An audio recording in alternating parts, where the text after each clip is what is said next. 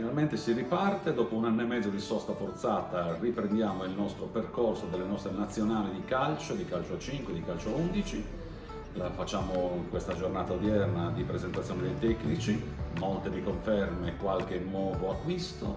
mirato come finalità un progetto tecnico importante della nostra Federazione Italiana Gioco Calcio della Regione Sardegna. Dopo lo stop del Covid, quali sono gli obiettivi per i tornei delle regioni, sia di calcio a 11 che di calcio a 5?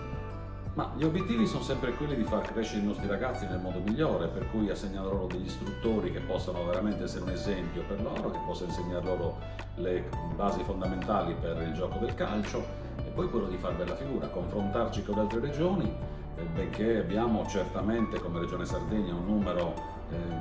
inferiore di scelta rispetto alle altre regioni, ma ci siamo sempre ben comportati negli ultimi anni e sono sicurissimo che continueremo a farlo anche quest'anno.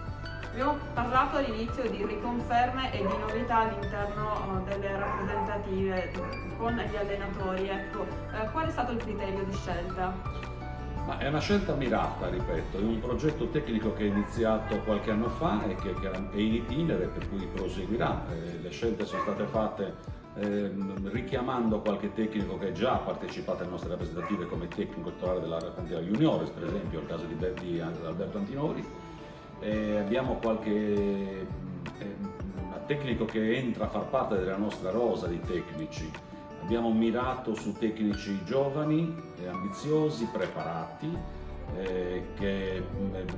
vivranno il nostro mondo federale, per cui insomma cresceranno così al fianco dei tecnici che hanno già appunto avuto questa possibilità e questa esperienza, e così pensiamo di creare nell'arco di qualche anno una rosa di 15 tecnici circa federali, per cui che si dedicano alle nostre rappresentative, ai nostri giovani e che non abbiano in qualche misura riferimenti diretti con società sportive, per cui miriamo proprio a fare una squadra di tecnici federali.